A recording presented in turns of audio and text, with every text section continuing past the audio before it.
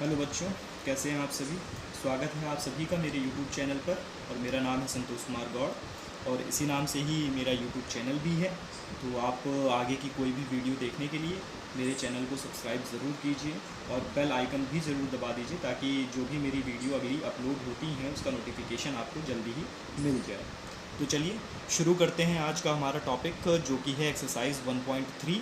Exercise 1.2 के मैंने बाकी सारे क्वेश्चंस सॉल्व कर दिए हैं और आप उसकी वीडियोस भी मेरे चैनल पर देख सकते हैं। और आज देखते हैं एक्सरसाइज 1.3 का क्वेश्चन नंबर 1। क्वेश्चन नंबर 1 में दिया है कि सिद्ध कीजिए कि √5 एक अपरिमेय संख्या है। ठीक है, और ये मान के चलिए कि ये जो प्रश्न है वो क्लास 10th के बोर्ड एग्ज़ाम में √5 को एक अपरिमेय संख्या है ये सिद्ध करना है या √2 को अपरिमेय संख्या है ये सिद्ध करना है, इस तरह का एक क्वेश्चन आता ज़रूर है। तो चलिए देखते हैं हमको क्या करना है इसमें। तो हम करते हैं हल। तो हम सबसे पहले क्या करेंगे कि जो यहाँ पर दे रखा है कि हमको ये सिद्ध करना है कि √5 एक अपरिमेय संख्या है, तो हम इसका अपोजिट मान के चलते हैं। हम मान लेते हैं कि माना कि √5 एक परिमेय संख्या है। ठीक है, हम ये मान लेते हैं कि √5 एक परिमेय संख्या है। ठीक है, इसलिए क्या हो जाएगा, अगर √5 एक परिमेय संख्या होगी तो √5 बराबर क्या हो जाएगा, हमको लिखना पड़ेगा √5 को P/Q के रूप में। और जहाँ पर जो Q होगा वो 0 नहीं होगा।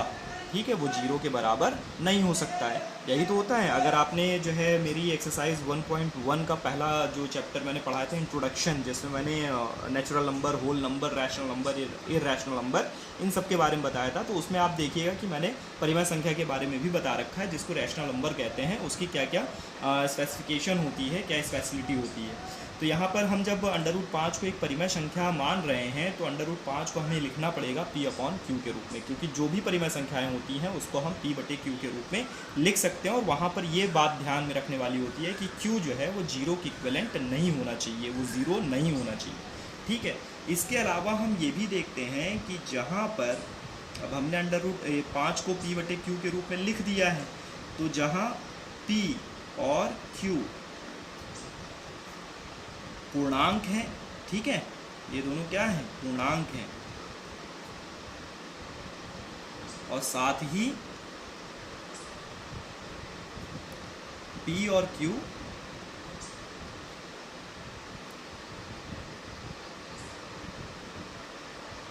का P और Q के एक के अतिरिक्त कोई उभयनिष्ठ गुणनखंड नहीं है।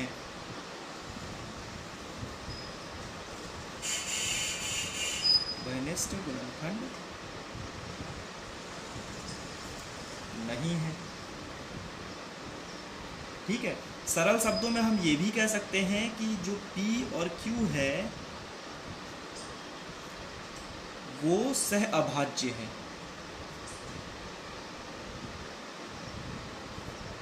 पूर्णांक हैं। ठीक है, अब ये सहअभाज्य पूर्णांक क्या होता है कि जो P और Q है, देखिए स्पष्ट रूप से ऊपर बता दिया कि एक के अतिरिक्त कोई उभयनिष्ठ गुणनखंड नहीं है। उदाहरण के लिए, जैसे आप कंफ्यूज भी हो सकते हैं, तो इसको मैं थोड़ा सा और सिंप्लीफाई कर देता हूँ रफ वर्क डाल करके। जैसे मान लेते हैं कि P 2 है और Q क्या है, 3 है। ठीक है, P क्या है, 2 है और Q 3 है। अब देखिए कि P और Q क्या होंगे कि ये इन दोनों के जो गुणनखंड, जब हम इसका HCF निकालेंगे तो इसका HCF क्या आएगा, 2 का जब हम गुणनखंड करेंगे तो 2 1 कम 2, 3 का गुणनखंड करेंगे तो 3 1 कम 3, HCF निकालेंगे तो HCF में कुछ कॉमन होगा ही नहीं। 2 का जो गुणनफल होगा वो 1 × 2 होगा, 3 का जो होगा वो 1 × 3 होगा। तो इसका मतलब है कि इनका उभयनिष्ठ जो गुणनखंड होगा वो सिर्फ क्या होगा, 1 होगा। ठीक है, तो इस वजह से हमने यहाँ लिख दिया कि दोनों पूर्णांक हैं और P और Q एक का जो है एक के अतिरिक्त कोई भी उभयनिष्ठ गुणनखंड नहीं है। तो इस वजह से हम ये देखते हैं कि देखिए हमने यहाँ पर लिखा था √5 बराबर P/Q। अब इसको आगे सॉल्व करते हैं तो हम देखेंगे कि P बराबर क्या हो जाएगा, √5 क्यू। ठीक है ना भाई, क्यू इधर चला आया तो p बराबर हो गया √5 क्यू। अब हम क्या करेंगे, दोनों का वर्ग करने पर, दोनों पक्षों का वर्ग करने पर, ठीक है भाई, यहाँ दो पक्ष है ना, ये LHS है, ये RHS है, लेफ्ट हैंड साइड और राइट हैंड साइड, बायां पक्ष दायां पक्ष, तो दोनों पक्षों का हम वर्ग, जो भी काम हम करते हैं, अगर कोई भी एडिशनल वर्क हम कर रहे हैं किसी भी समीकरण में, तो हमें दोनों पक्षों में करना होगा। अगर हम p का वर्ग करेंगे तो √5q का वर्ग भी हमको करना होगा। तो हम देखते हैं यहाँ पर क्या हो जाता है, √p का वर्ग हो गया बराबर √5 और q, इन दोनों का भी वर्ग हो गया। तो हमारे पास क्या निकल करके आया, √p का स्क्वायर बराबर, अब देखिए √5 को √5 से जब मल्टीप्लाई करेंगे, इसको और आगे बढ़ा लेते हैं, √5 का जब वर्ग होता है तो इसका मतलब हो जाता है √5 गुणे √5, और इसको हम ऐसे भी लिख सकते हैं √5, अंडर रूट के अंदर 5 गुणे 5, तो जब इसका अंडर रूट अगर लगा है सिर्फ, तो इसका मतलब हो गया कि अगर अंदर जो है एक का भी पेयर बन गया तो वो संख्या क्या होती है, बाहर आ जाती है। तो इसीलिए यहाँ पर 5 बाहर आ जाएगा अंडर रूट से, और q का स्क्वायर हो जाएगा। ठीक है ना। अब यहाँ पर हम देखते हैं कि जो p स्क्वायर है, 5 को इधर भेज देते हैं तो बटे 5 हो गया, और यहाँ पर हो गया q स्क्वायर। ठीक है, हमारे पास क्या हो गया, यहाँ पर हो गया p स्क्वायर बटे 5, और उधर हो गया बराबर में q स्क्वायर। तो इस तरीके से हमको क्या पता चलता है, हमको ये पता चल रहा कि अतः 5 जो है किसको विभाजित कर रहा है, p स्क्वायर को विभाजित कर रहा है।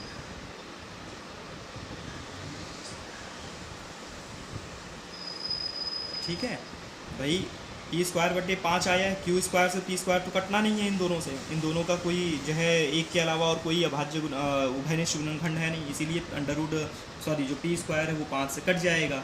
ठीक है, तो इस वजह से हम कह सकते हैं कि 5 क्या कर रहा है, p स्क्वायर को पूरी तरह से विभाजित कर रहा है, और अगर ये p स्क्वायर को पूरी तरह से काटेगा तो 5 जो है वो p को भी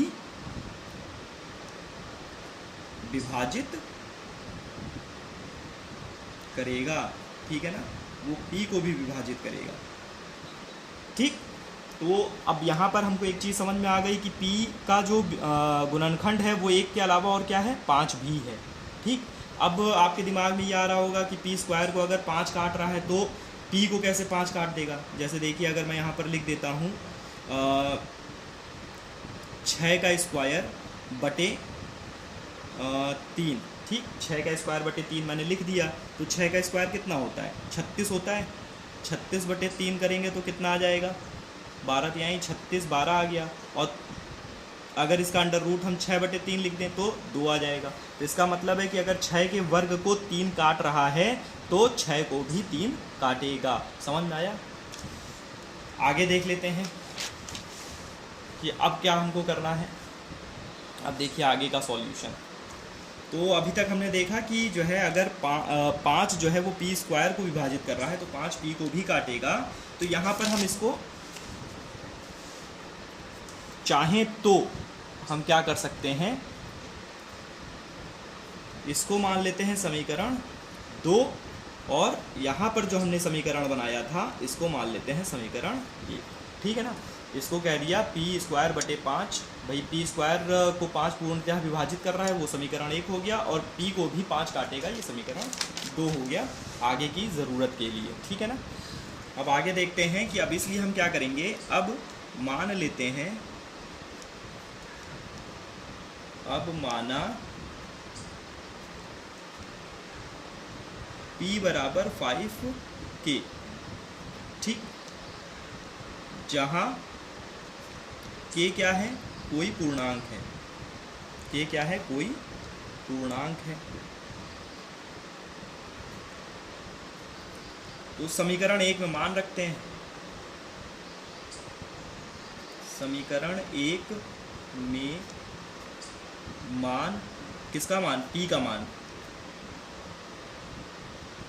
रखने पर समीकरण एक क्या था हमारे पास, देख लेते हैं एक नज़र जल्दी से पीछे। समीकरण हमारे पास था p²/5 बराबर q², ये समीकरण एक था, ठीक है। तो इसी में हमको मान रखना है, ठीक है।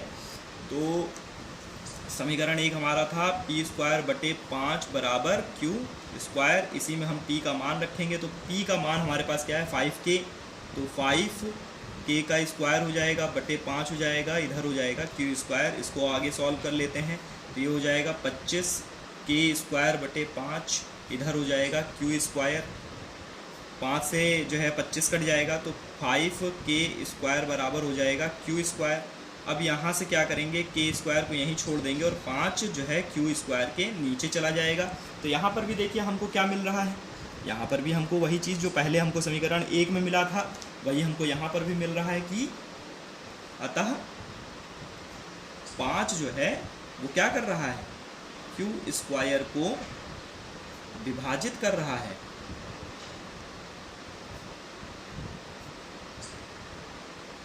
विभाजित कर रहा है, ठीक है। तो इसीलिए क्या होगा, 5 जो है वो q को भी, सॉरी q² नहीं, q को भी विभाजित करेगा। क्लियर है, ठीक है ना। अब यहाँ पर मान लेते हैं इसको समीकरण 3, ठीक। तो हम कह सकते हैं कि इस प्रकार समीकरण, कौन कौन सा समीकरण, समीकरण 2 और समीकरण 3 से यह ज्ञात होता है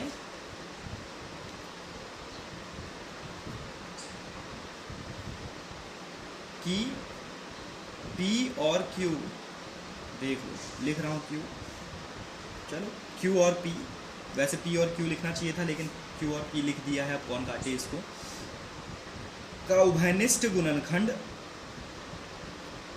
अभी तक हमने क्या कहा था कि वो सहभाज्य हैं, उभयनिष्ठ गुणनखंड, लेकिन हमें पता क्या चला कि इनका जो उभयनिष्ठ गुणनखंड है वो क्या है, 5 है, ठीक।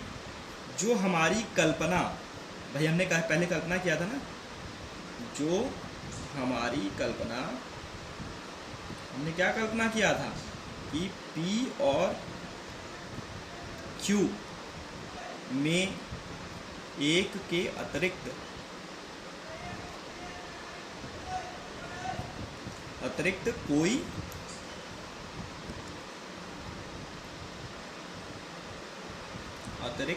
कोई उभयनिष्ठ गुणनखंड नहीं है, यही तो हमने पहले माना था।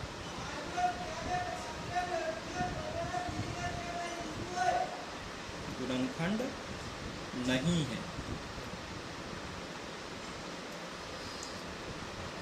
ये हमारी कल्पना थी जो हमारी कल्पना के विपरीत है, ठीक है ना। अब हमारी कल्पना के विपरीत होगा, इसका मतलब है हमने तो मान लिया कि √5 क्या है, परिमेय संख्या है, लेकिन ये कल्पना हमारी गलत हो गई।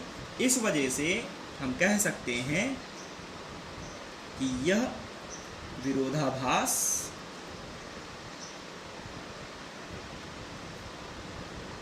हमारी त्रुटिपूर्ण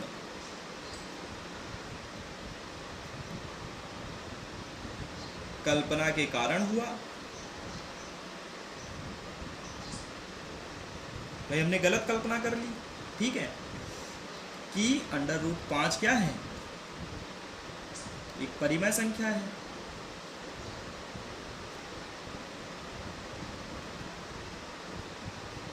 अतः हमको क्या कहना पड़ेगा, अतः √5 एक अपरिमेय संख्या